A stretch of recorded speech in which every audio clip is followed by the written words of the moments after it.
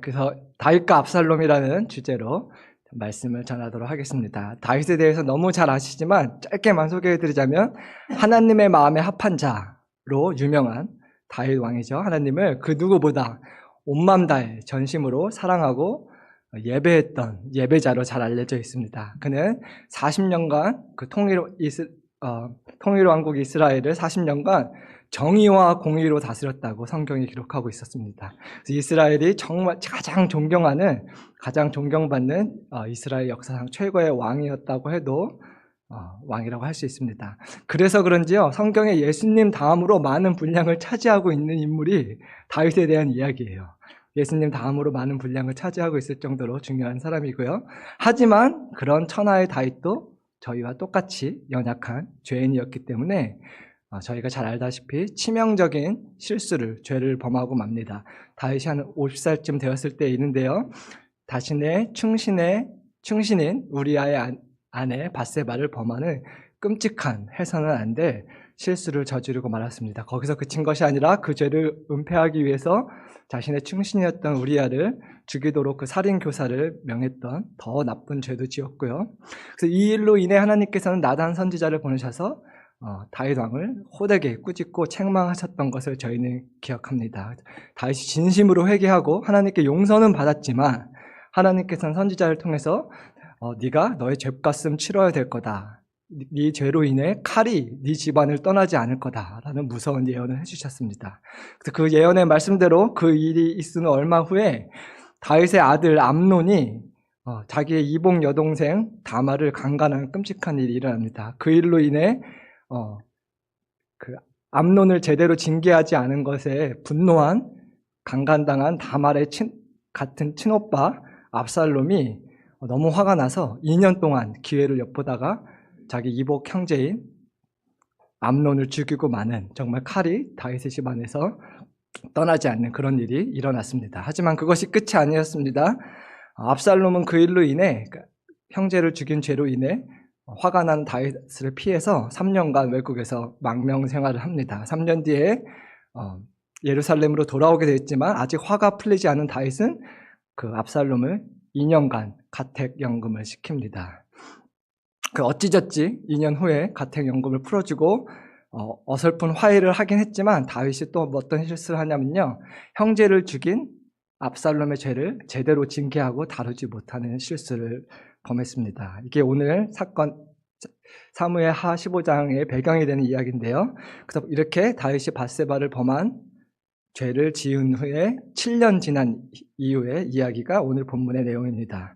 압살롬에 대해서 짧게 소개를 드리자면, 압살롬은 아름다운 아주 완벽한 흠이 없는 외모를 가졌던 사람으로 유명하고요. 그 이름의 뜻은 너무 좋아요. 압살롬, 우리가 샬롬 인사하잖아요. 그래서 평화의 아버지예요. 평화의 아버지인데 그의 삶은 전혀 그렇지 못했습니다. 그래서 얼굴값도 하지 못했고, 꼴값이라고 하죠. 꼴값 욕 아닙니다. 얼굴값도 하지 못했고 이름값도 하지 못했어요. 그런 안타까운 인생을 살았습니다.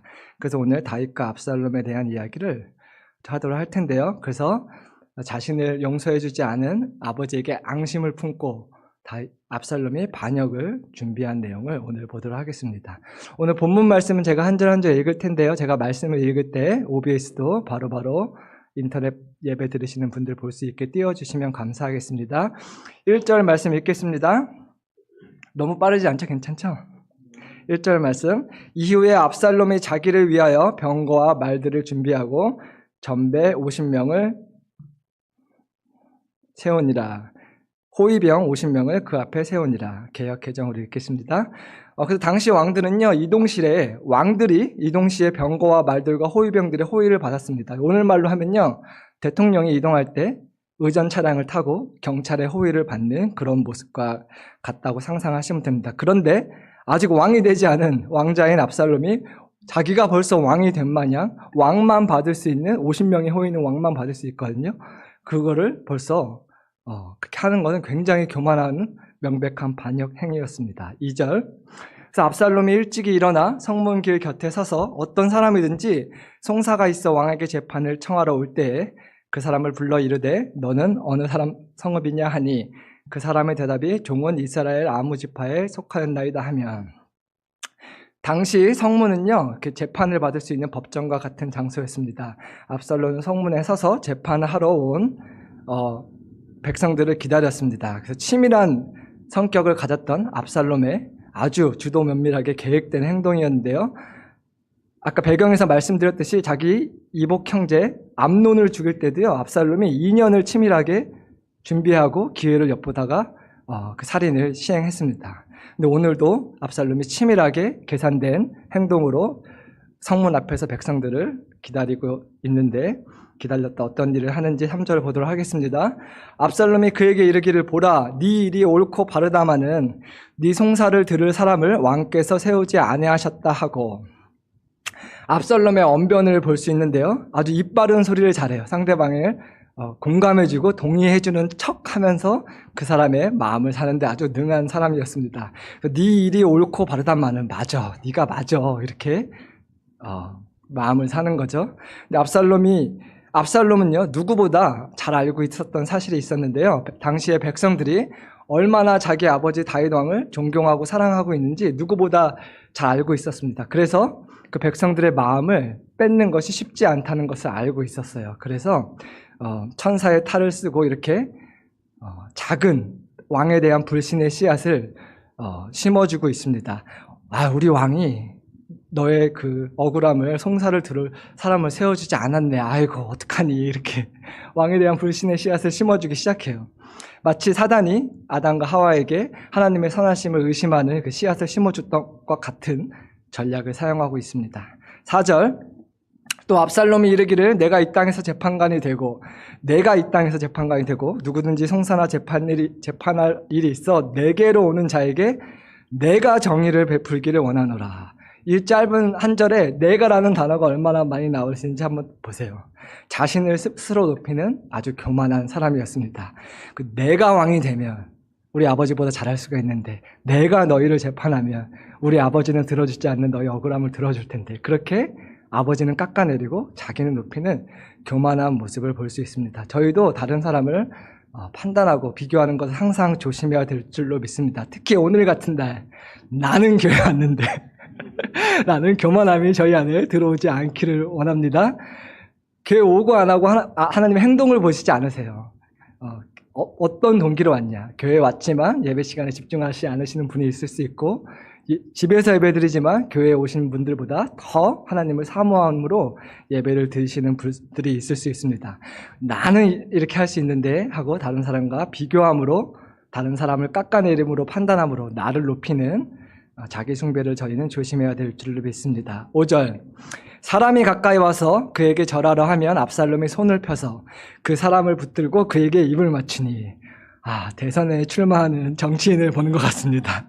아주 가식적으로, 겸손하고 위선적으로 서민을 위하는 양, 이렇게 서민이 나와서 절하려고 하면 자기가 먼저 나가서 이제 손을 잡고 입 맞추고, 얼마나 위선적인지 모르겠습니다. 그 입맞춤으로 예수님을 팔았던 가룟 유다 못지않은 아주 가식적이고 위선적인 압살롬의 모습을 볼 수 있습니다. 그 동기가 그 사람을 위하는 마음이 아니라 반역을 준비하는 마음이었기 때문이었죠. 6절, 이스라엘 무리 중에 왕께 재판을 청하러 오는 자들마다 압살롬의 행함이 이와 같아서 이스라엘의 마음을 압살롬이 훔치니라. 사람들의 마음을 훔치는 것이 압살롬이 서민들을 위하는 척하는 행동 안에 숨겨진 정말 동기였다고 말씀은 말해주고 있습니다. 사람은 속일 수 있어도 백성들은 속았죠. 다윗 왕은 바빠서 나의 억울함을 들어주지 않는데 압살롬이 들어주는구나. 이 사람은 겸손해서 나를 동등한, 나 같은 서민을 저 왕자가 동등한 사람으로 대우해 주는구나. 근데 하나님은 속일 수 없었습니다. 하나님의 말씀은 좌우의 어떤 검보다도 예리하여 마음의 숨은 생각과 뜻을 감찰한다고 히브리서에 나와 있습니다. 그래서 성경은 압살롬의 행동에 숨겨진 그의 숨은 동기가 백성들의 마음을 훔치는 것이라고 명확하게 꿰뚫어보고 말하고 있습니다. 우리 하나님은 만홀히 여기심을 받지 아니하시는 분이심을 기억하시기 바랍니다. 저희가 이제 2월 달부터 새로운 셀 모임이 시작됐잖아요. 셀장님 혼자서 셀을 운영할 수가 없어요. 붓셀장이라는 공식적인 타이틀은 없지만 각 셀의 붓생자 역할을 하시는 분들이 셀장님을 도와서 이렇게 셀원들을 잘 돌봐줘야 되는데, 그때 저희가 압살롬과 같은 실수를 하지 않도록 주의하시기 바랍니다. 셀장님을 대신 셀이나 셀장님에게 불만 있는 사람의 얘기를 저희가 들어줘야 될 때가 있거든요. 물론 공감도 해줘야 되지만, 셀장님 왜 그러셨대, 내가 셀장이라면 안 그랬을 텐데, 나라면 아유 셀장님이 너무 하셨네, 공감을 해주다가 맞장구 쳐주다가 본의 아니게 셀장님의 마음을, 혹은 교회에 불만이 있거나 목회자들에게 불만이 있는 사람들의 얘기를 들어주다가 목사님이 잘못하셨네, 나라면 이렇게 했을 텐데, 나라면 오늘 같은 날 이렇게 했을 텐데, 이렇게 본의 아니게 위로해주다가 마음을 훔치는 일이 없도록 주의하시기 바랍니다. 7절, 4년 만에 압살롬이 왕께 이르되 내가 여호와께 서원한 것이 있사오니 청하건대 내가 헤브론에 가서 그 서원을 이루게 하소서. 얼마나 압살롬이 용이 주도하고 주도 면밀한 사람인지 나옵니다. 백성들의 마음에 훔치는 작업을요 4년 동안이나 했대요. 4년 동안 4년 동안 선거 유세를 한 거예요. 몇 명을 만나 적어도 수천 명, 수만 명을 만났겠죠. 반대로 얘기하면 그만큼 당시 백성들이 다윗 왕을 존경하고 사랑하는 마음이 얼마나 컸는지를 알 수 있습니다. 그렇기 때문에 백성들의 민심을 돌이키는데 4년이 걸린 거죠. 그래서 이제 때가 됐다고 느낀 압살롬이 이제 본격적으로 쿠데타를 위한 계획을 시작합니다. 헤브론으로 가게 해달라고 요청하는데요. 헤브론은 압살롬의 고향일 뿐만 아니라 이스라엘에게 있어서 영적으로 굉장한 의미가 있는 중요한 도시입니다. 다윗이 왕으로 기름 부음 받은 곳이 헤브론이고요. 그리고 그 믿음의 선진들, 조상들 아브라함, 이삭, 야곱의 무덤이 있는 곳도 헤브론입니다. 그래서 압살롬이 그곳에 가서 예배드리게 해달라는 이제 얘기를 합니다. 8절, 당신의 종이 아람 구술에 있을 때에 서원하기를 만일 여호와께서 반드시 나를 예루살렘으로 돌아가게 하시면 내가 여호와를 섬기리이다 하였나이다. 거짓말을 해요. 압살롬이 어떤 거짓말을 하냐면 압살롬이 다윗 왕을 피해 3년간 망명을 했었다고 말씀드렸잖아요. 그때 자기가 하나님께 서원했었다. 예루살렘으로 돌아가면 헤브론에서 하나님을 예배할 거라고 서원을 드린 적이 있다. 정말 겁도 없죠. 하나님의 이름을 팔아서 거짓말을 해서 쿠데타를 위해서, 왜냐하면 수도에서 떠나야 그 반란을 영모를 모의할 수 있잖아요. 그런 동기로 하나님의 이름을 팔면서까지 거짓말을 하고 있습니다. 9절, 왕이 그에게 이르되 평안히 가라 하니 그가 일어나 헤브론으로 가니라. 근데 다윗 왕이 속은 것처럼 보이지만 한번 생각해 보세요.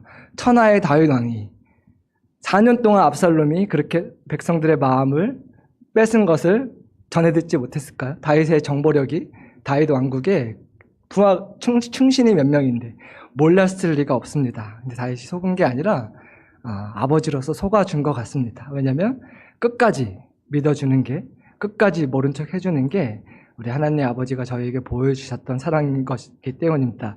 예수님도 마찬가지죠. 다윗 왕은 몰랐을 수 있지만 예수님은 가룟 유다가 자기를 배신할 것을 명확하게 알고 계셨지만, 머리로는 아셨지만 마음으로 모르셨던 것처럼 끝까지 믿어주고 사랑해 주셨던 것을 저희는 기억할 수 있습니다. 10절, 이 압살롬이 정탐을 이스라엘 모든 지파 가운데 두루 보내 이르기를 너희는 나팔 소리를 듣거든 곧 말하기를 압살롬이 헤브론에서 왕이 되었다 하라 하니라.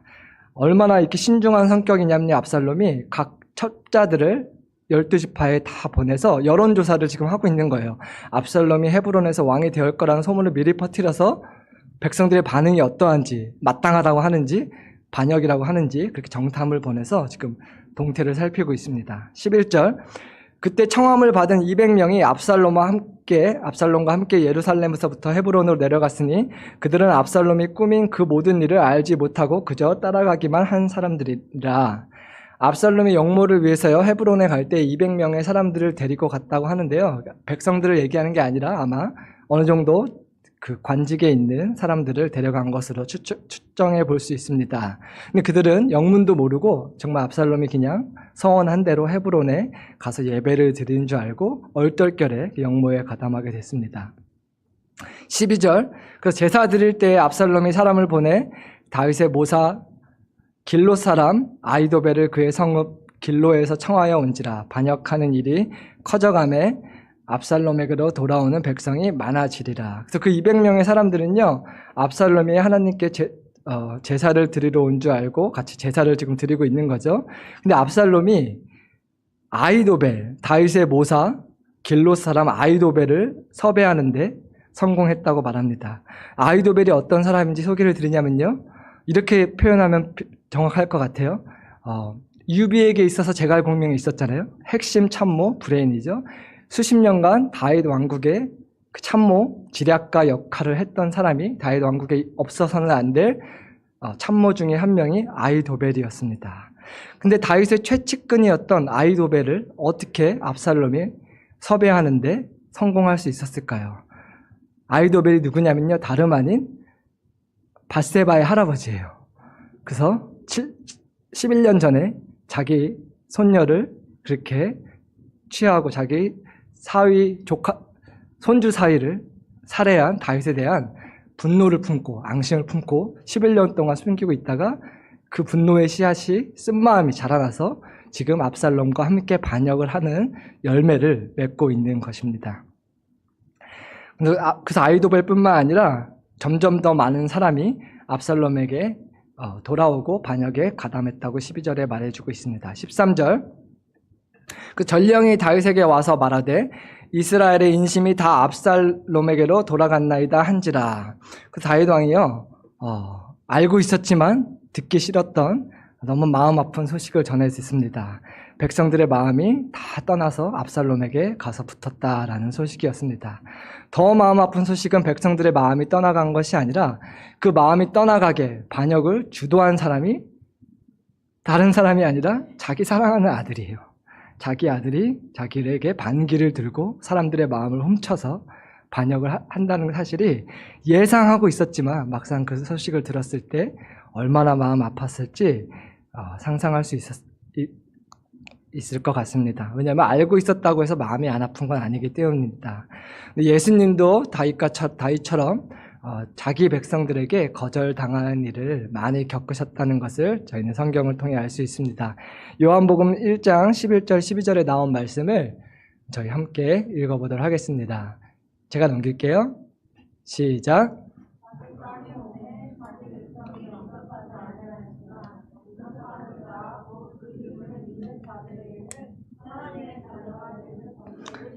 네, 예수님이 자기 백성에게 오셔서 거절당했던 일이 많았다는 것을 저희는 말씀을 통해서 기억해 볼 수 있습니다. 그래서 이 거절당하는 그 거절감을 20년 전 영화 패션 오브 크라이스트에서 잘 표현했던 장면이 생각이 났는데, 사람들의 마음이 얼마나 쉽게 돌아서는지, 여론이 얼마나 쉽게 바뀌는지 볼 수 있는 장면인데요. 기억하시는지 한번 생각해 보세요. 예수님이 빌라도에게 재판을 받으실 때 그 법정에서 사람들이 소리칩니다. 십자가에 못 박으라고.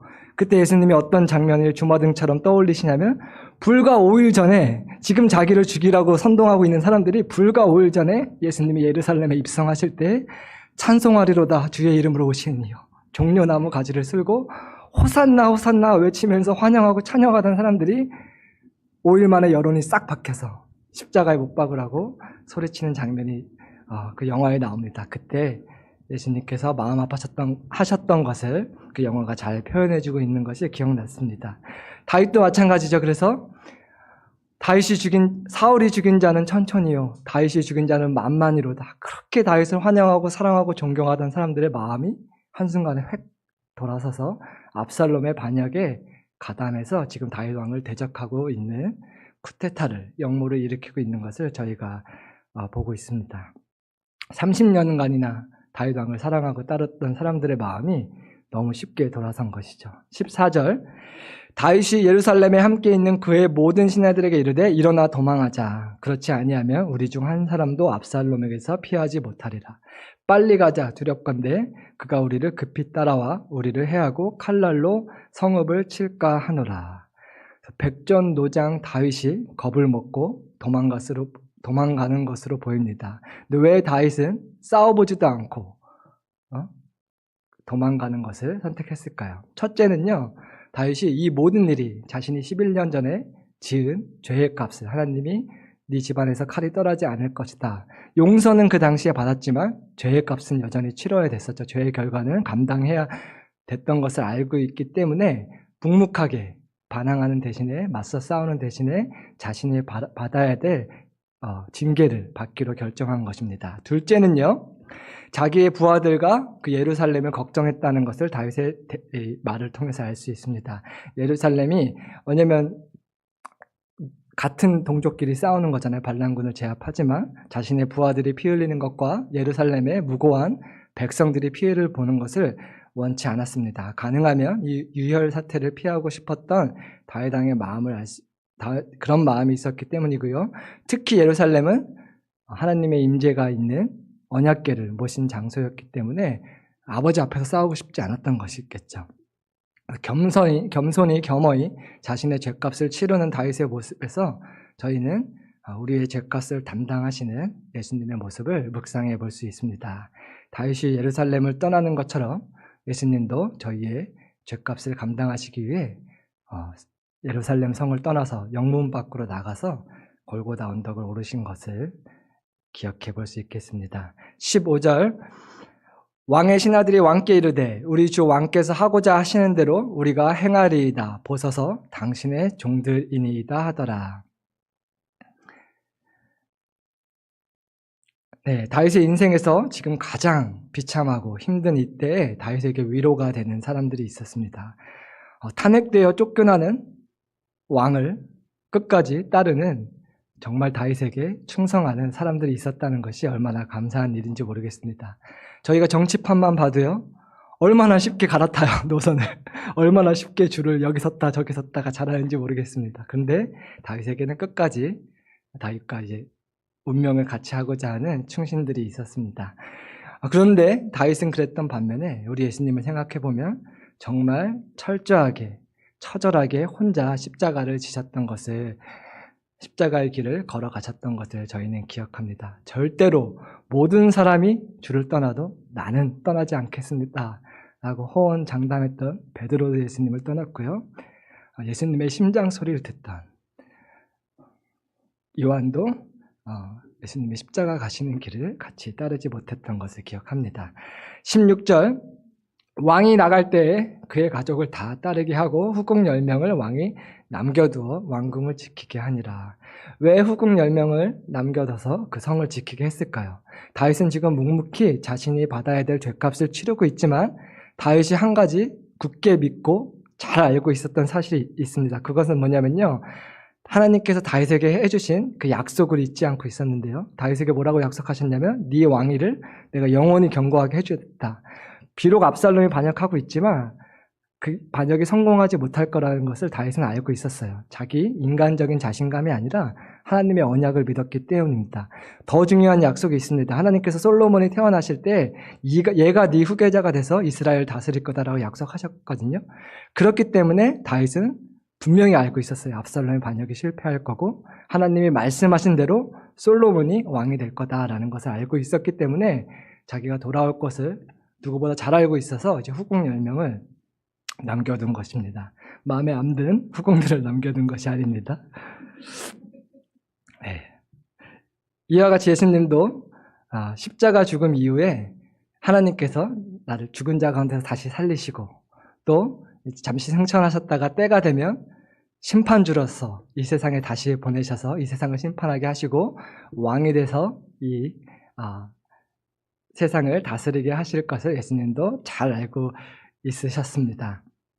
하지만 아까도 말씀드렸다시피 알고 있었다고, 내가 부활하고 승천하고 왕으로서 돌아올 것을 알고 있었다고 그 십자가 길을 걷는 것이, 배신을 당하는 것이 아프지 않았던 것은 아니었습니다. 예수님께서 제자들에게 뭐라고 부탁하셨냐면요, 내 마음이 심히 괴롭고 죽게 되었으니 깨어서 나를 위해 기도해달라. 그렇게 죄는 없으셨지만 저희와 똑같은 인간적인 연약함을 갖고 계셨던 예수님께서 중보기도를 부탁하셨던 것을 기억합니다. 하지만 안타깝게도 제자들은 다 잠들고 예수님 홀로 겟세마네 동산에서 기도하셨던 것을 저희는 기억합니다. 17절, 18절, 왕이 나가매 모든 백성이 다 따라서 벤메르학에 이르러 멈추어서니, 벤메르학이라고 하는 도시는요, 외딴 곳이라는 뜻을 가진 지명이라고 합니다. 그래서 이스라엘 백성들의 마음은 다윗을 다 떠났는데, 그 많은 이방인들과, 제가 18절을 안 읽었죠? 18절 읽겠습니다. 그의 모든 신하들이 그의 곁으로 지나가고 모든 그렛 사람과 모든 블렛 사람과 및 왕을 따라 가드에서 온 가드 사람 600명이 왕 앞으로 행진한지라. 그래서 이스라엘 백성들, 자기 백성들의 마음은 왕에게서 떠났는데 신기하게 이방인들이 다윗을 따라요.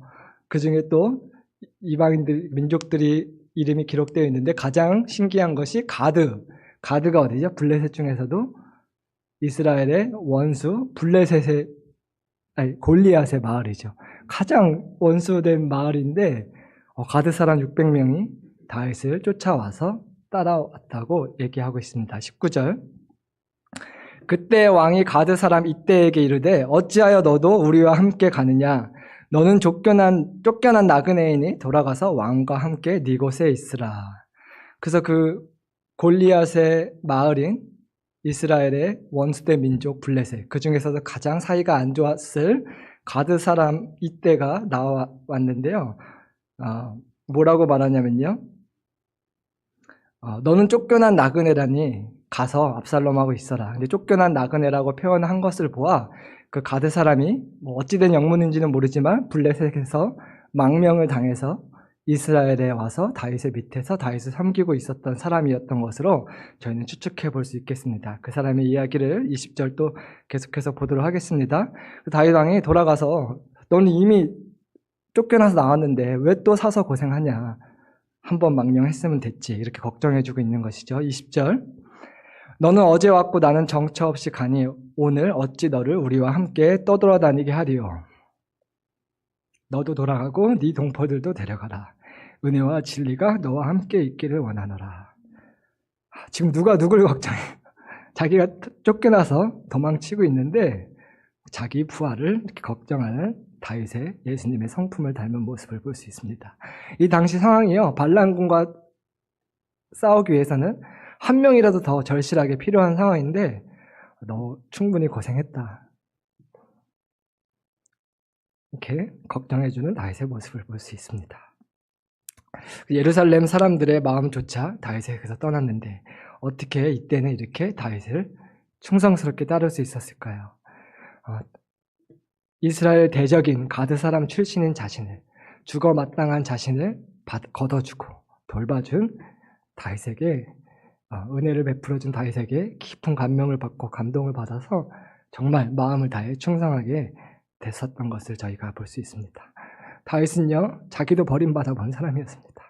시편에 뭐라고 썼냐면요, 내 부모는 나를 버렸으나 여호와는 나를 영접하시리로다. 자기 친부모에게도 버림을 받아봤고요, 마침내 아버지 같은 장인어른이 생겼어요. 근데 사울 왕에게도 버림을 받아서 10년 넘게 도망자 생활을 했었던 상처 입은 치유자였기 때문에 똑같이 버림받고 도망 온 가드 사람 이때를 측은히 여기는 그런 아버지의 마음이 있었습니다. 저희도 동일한 줄을 믿습니다. 세상에서 거절당하고 버림받았던 저희를 우리 하나님 아버지께서 받아주시고 자녀 삼아 주셨습니다. 그 사랑에 감사하는 저희가 되었으면 좋겠습니다. 그래서 나를 따라서 괜히 사서 고생하지 말고 돌아가라 라고 하는 다윗의 말에 대답하는 이때의 대답이 정말 기가 막힙니다. 한번 21절 읽어보도록 하겠습니다. 같이 한번 읽어보도록 하겠습니다. 21절 시작.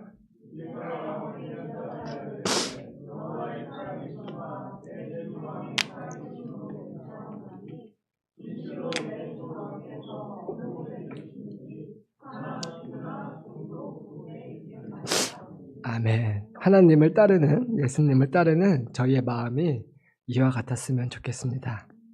근데 이때가요, 놀라운 고백을 해요. 여호와의 살아계심으로 맹세를 해요. 여호와가 살아계신 것을 알고 있어요. 하나님이라고 안 했어요. 하나님의 고유한 이름 여호와. 그래서 그는 다윗 왕을 모시면서 수십 년간 다윗 왕을 모시면서 다윗 왕과 함께 하시는 살아계신 하나님을 간접적으로 경험하고 믿게 되었습니다. 개종하게 된 것이죠. 그래서 이때는요, 죽어야 할 자신을 살려주고 돌봐준 다윗에게 나는 내가 죽을지라도 왕과 함께 죽겠습니다. 이런 감격스러운 고백을 하는 것을 볼 수 있습니다. 베드로의 고백이 생각납니다. 오병이어 사건 이후에 수많은 사람들이 예수님을 따랐는데 예수님이 나는 너희에게 너희 배를 배불리게 해주러 온 사람이 아니다. 살리는 것은 영이니 육은 무익하다. 나는 너희의 영적인 양식을 주러 온 것이다 라고 하니까 많은 사람들이 실망해서 예수님을 다 떠나갔어요. 그때 예수님이 어떤 질문을 제자들에게 했는지 기억하시나요? 너희도 가려느냐? 그때 베드로가 했던 고백을 저희 또 함께 같이 읽어보도록 하겠습니다. 시작.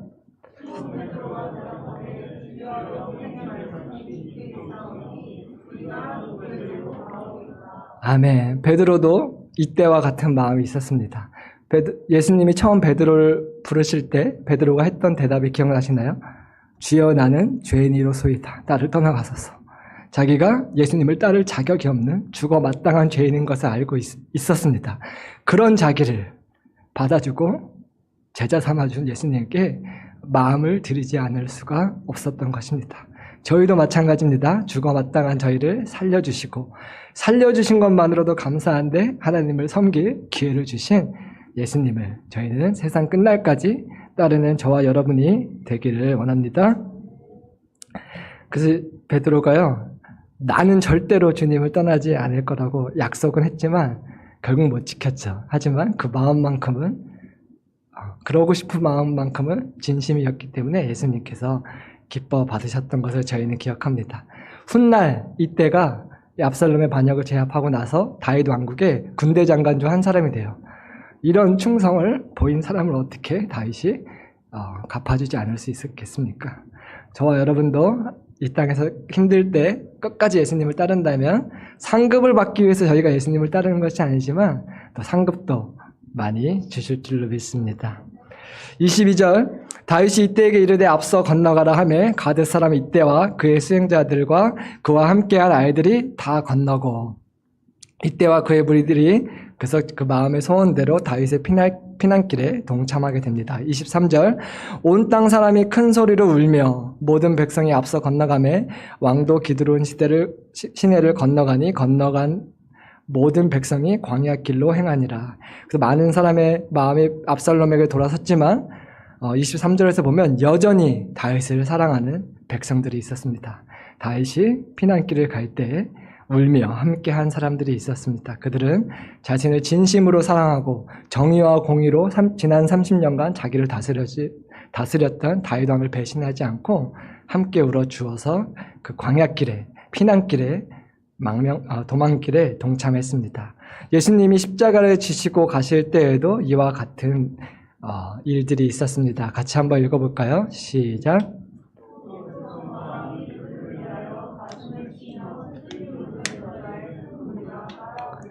아멘. 그래서 예수님께서도 십자가를 지러 가실 때 예수님께 돌아선 예수님을 십자가에 못 박으라고 하던 사람도 많이 있었지만 또 여전히 많은 사람들이 함께 눈물을 흘리며 예수님의 십자가 길을 같이 걸었습니다. 24절 보라 사독과 그와 함께한 모든 레위 사람도 하나님의 언약궤를 메어다가 하나님의 궤를 내려놓고 아비아달도 올라와서 모든 백성이 성에서 나오기를 기다리는도다. 그래서 당시의 대제사장이었던 사독과 또 제사장 아비아달 그리고 또 많은 레위인들도 하나님의 언약궤를 들고 다윗에게 나와왔습니다. 다윗이 언약궤를 그 누구보다 얼마나 사모했는지 성경을 통해서 잘 알고 계실 겁니다. 다윗이 왕이 되자마자 한 일이 뭐였죠? 그 언약궤를 예루살렘으로 모셔오는 것이었죠. 얼마나 기뻤던지 다윗이 옷이 벗겨질 정도로 춤을 췄던 유명한 사건을 저희는 기억합니다. 그래서 다윗은 그 하나님의 임재하시는 언약궤를 아직 성전이 지어지기 전이니까 다윗의 장막 안에 모셔두고 얼마나 하나님의 임재를 사모했냐면 찬양팀을 꾸려서 24시간 쉬지 않고 하나님을 예배하도록 명령했던 것을 저희는 기억합니다. 근데 그 언약궤가 왔을 때 다윗이 반가워해야 당연하잖아요. 다윗의 반응 25절을 살펴보겠습니다. 왕이 사독에게 이르되 보라 하나님의 궤를 성읍으로 도로 메어 가라. 만일 내가 여호와 앞에서 은혜를 입으면 도로 나를 인도하사 내게 그 궤와 계신 데를 보이시리라. 사독과 아비아달은요 언약궤만 함께 한다면 압살롬의 전쟁에서 승리할 수 있을 것이라고 믿고 다윗이 가장 사랑하는, 원래 집에 불 나면 제일 중요한 거 갖고 나오잖아요.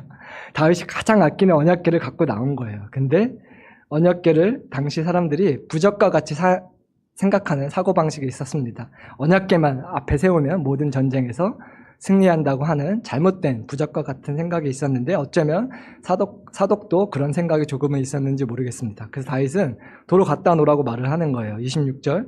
그러나 그가 하나님이 이와 같이 말씀하시기를 내가 너를 기뻐하지 아니한다 하시면 종이 여기 있사오니 선히 여기시는 대로 내게 행하시옵소서 하리라.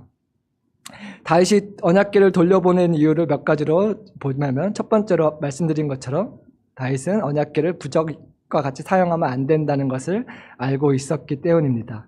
하나님이 나를 따르게 만드는 것이 아니에요. 우리가 하나님을 따라야죠.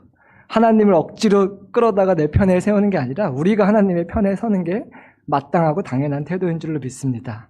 그래서 하나님 나와 함께 해주세요라고 떼쓰는 것보다 내가 지금 하나님의 뜻에 함께하고 있는가를 돌아보면 되고 먼저 그의 나라와 그의 의를 구할 때 이 모든 것을 주시는 것을 잊지 않으셨으면 좋겠습니다. 둘째로 하나님의 임재가 한 장소에 제한되지 않는다는 것을 다윗은 누구보다 잘 알고 있었습니다. 다윗은 왜냐하면 광야에서 10년 넘는 도망자 생활을 할 때 예배할 때마다 자기의 찬양을 듣고 임재하시는 하나님의 임재를 경험했기 때문입니다. 하지만 어느 곳에나 임재하시지만 언약궤에 임하시는 하나님의 영광은 특별한 것이긴 했습니다. 그럼에도 불구하고 다윗은 지금 내가 치러야 될 죄값을 치르고 있는 거기 때문에 자기가 생명보다 소중하게 여겼던 그 언약궤를 도로 갖고 가라고 말을 하고 있는 것입니다. 27절 왕이 또 제사장 사독에게 이르되 네가 선견자가 아니냐 너는 너희의 두 아들 곧 네 아들 아히마아스와 아비아달의 아들 요나단을 데리고 평안히 돌아가라. 그래서 다윗은요 사독과 그의 일행들에게 예루살렘으로 돌아가라고 권면합니다. 왜냐면요 뒤에 나오는데 사독이 첩자를 심어 놓은 거예요. 압살롬의 동태를 살피고 이렇게 얘기해 줄 수 있는 임무를 맡긴 것입니다. 28절 너희에게서 내가 알리는 소식이 올 때까지 내가 광야 나루터에서 기다리리라. 나에게 소식을 전해줘. 내가 기다리고 있을게.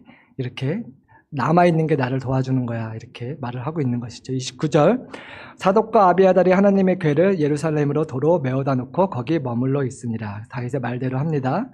30절 다윗이 감람산길로 올라갈 때 그의 머리를 그가 가리고 맨발로 울며 가고 그와 함께 가는 모든 백성들도 자기의 머리를 가리고 울며 올라가니라. 다윗이 예루살렘을 뒤로 하고요. 정말 전쟁 포로와 같이 죄인의 모습으로 맨발로 울면서 회개하면서 올라가는 그 모습을 보고 백성들을 함께 울지 않을 수 없었습니다. 다윗이 눈물을 흘린 이유는요. 배신당한 아픔, 또 자기 아들이 자기에게 반역하는 그 아픔 때문이었겠죠. 그리고 그 마음을 다윗이 압살롬에게서 도망할 때 많은 시편을 지었는데요. 그 시편을 보면은 다윗의 마음을 저희가 볼 수 있습니다. 그 중에 한 절만 같이 읽어보도록 하겠습니다. 시작.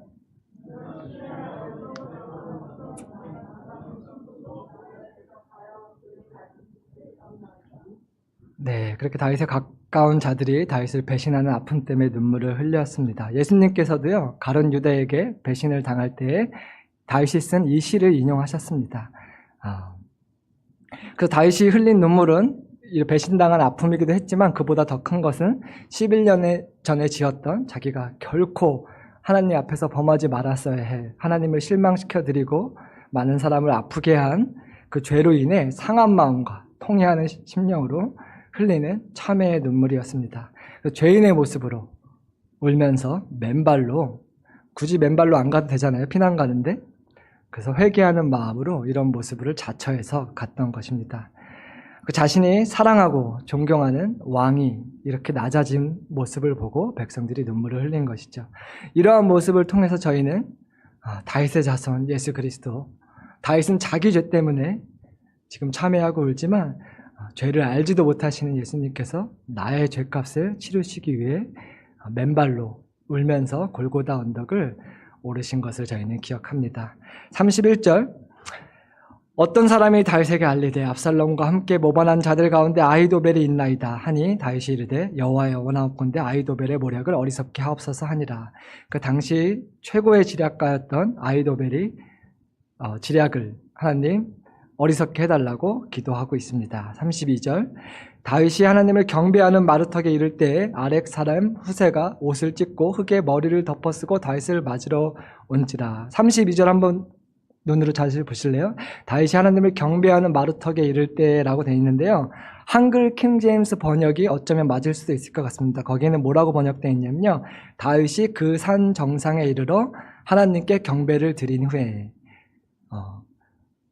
그 산 정상에 이르러 하나님께 경배드렸다, 이렇게 번역이 되어 있습니다. 그 문법상으로는 두 번역이 다 맞을 수 있습니다. 근데 다윗이 압살롬을 피해서 도망갈 때 쓴 시들을 보면 다윗이 그 와중에 얼마나 하나님께 많은 기도와 찬양과 예배를 올려드렸는지 알 수 있습니다. 그래서 어쩌면 저 산 정상에서 다윗이 하나님께 예배했다라는 번역이 더 맞을 수 있을 것 같습니다. 근데 확실히 알 수는 없지만 확실한 것은 예수님은 찬양하면서 올라가셨어요. 최후의 만찬 자리에서 가룟 유다에게 배신을 당해서 가장 마음 아픈 그 순간에 성경이 뭐라고 기록되어 있냐면 그들이 함께 찬미하며 감람산으로 가니라. 예수님은 예배할 수 없는 상황 가운데서도 예배하셨습니다. 십자가를 앞두고 마음이 괴로워 죽게 되었다라고 할 정도로 두려우셨지만 저와 여러분을 살릴 수 있다는 그 마음에 하나님을 찬양하면서 감람산을 올라가셨습니다. 33절, 다윗이 그에게 이르되 네가 만일 나와 함께 나아가면 내게 누를 끼치리라. 그래서 너도 예루살렘에 있는 게 나를 도와주는 거야 하고 이제 임무를 맡깁니다. 34절, 그러나 네가 만일 성읍으로 돌아가서 압살롬에게 말하기를 왕이여 내가 왕의 종이니이다. 전에는 내가 왕의 아버지의 종이었다니 이제는 내가 왕의 종이니이다 하면 네가 나를 위하여 아히도벨의 모략을 패하게 하리라. 그래서 압살롬이 그에게도 돌아가서 압살롬에게 복종하는 척하면서 나의 첩자가 되어달라는 중요한 임무를 맡깁니다. 35절, 사독과 아비아달 두 제사장이 너와 함께 거기 있지 아니하냐? 내가 왕의 궁중에서 무엇을 듣든지 사독과 아비아달 두 제사장에게 알리리라. 그래서 그 성에 벌써 내 편이 있어. 사독과 아비아달인데 그들을 도와서 나의 첩자 역할을 해줘. 이렇게 임무를 맡기는 것이죠. 36절, 그들의 두 아들 곧 사독의 아히마아스와 아비아달의 요나단이 그들과 함께 거기 있나니 너희가 듣는 모든 것을 그들 편에 내게 소식을 알릴지니라 하는지라. 그래서 다윗의 충신들이 다윗의 목숨 걸고 다윗의 첩자 역할을 해 주었습니다. 37절, 다윗의 친구 후세가 곧 성읍으로 들어가고 압살롬도 예루살렘으로 들어갔더라. 아멘. 저희 오늘 예배를 마치면서 적용 찬양을 하면서 마쳤으면 좋겠습니다. 오늘 말씀을 정리하도록 하겠습니다. 다윗이 어떤 사람이었는지 다시 한번 돌아보면 목숨 걸고 골리앗과 싸워서 나라를 구한 민족의 영웅이었습니다. 이 시점에서부터 지난 30년간 백성들을 누구보다 사랑하고 공의와 정의로 다스렸던 이스라엘의 아버지였습니다. 자신의 죄를 겸손하게 회개할 줄 아는, 연약하지만 넘어졌지만 하나님께서 책망하실 때 왕이지만 겸손하게 정말 왕 되신 하나님 앞에 무릎 꿇고 회개할 줄 아는 하나님의 사람이었습니다. 그 무엇보다 오늘 본문 말씀을 기억해 보면 자신의 명예보다 백성들의 안녕을 생각해서 도망가는, 압살롬과 맞서 싸우기로 결정하지 아니하고 백성들의 안녕을 더 생각하는 정말 선한 목자였습니다. 그렇기 때문에 백성들이 눈물을 흘리며 다윗 왕과 함께 슬퍼했던 것입니다. 그런데요, 저희가 기억해 보기 원하는 것은 다윗은 자기 죄값을 치른 거예요. 그렇다면 자기 죄값을 치르는 다윗에게 백성들이 이렇게 마음을 주고 슬피 운다면 하물며 죄를 알지도 못하시는 하나님의 아들이 내 죄를 내 죄값을 대신 치러주시기 위해 골고다 언덕을 죄인된 모습으로 슬피 울며 맨발로 오르신 것을 기억할 때 저희가 어떻게 감사하지 않을 수 있고 찬양하지 않을 수 있겠습니까? 제가 준비해온 사진을 한번 잠시 묵상해 보도록 하겠습니다. 패션 오브 더 크라이스트에 있는 왕이신 예수님, 죄를 알지도 못하시는 거룩한 하나님의 아들, 나의 죄를 지고 가시는, 죽는 순간까지 뭐라고 말씀하셨냐면요, 우는 자기 죄를 울며 따르는 여인들에게 나를 위하여 울지 말고 예루살렘 백성들을 위하여 울어라. 죽는 순간에도 자신이 아니라 우리만 살리실 것을 생각하셨던 하나님의 아들.